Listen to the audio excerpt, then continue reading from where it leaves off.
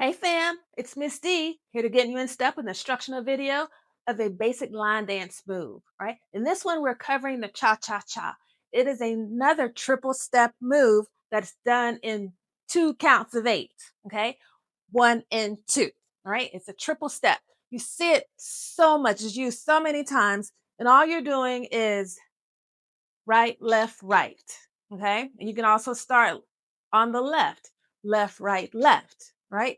It's 3 steps, 1 and 2, in 2 counts of music, 3 and 4, okay? That's a trip, that's the cha-cha.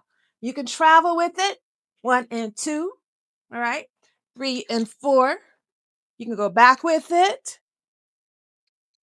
3 steps every time, 1 and 2 to the side, 1 and 2. You'll even see it in some turns, right? Where we're doing pivot turns. You might see a cha-cha, 1 and 2, right? And then keep turning, 1 and 2. 3 steps every time. That's your cha-cha.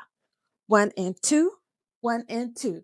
Cha-cha-cha, cha-cha-cha. Okay, there you go.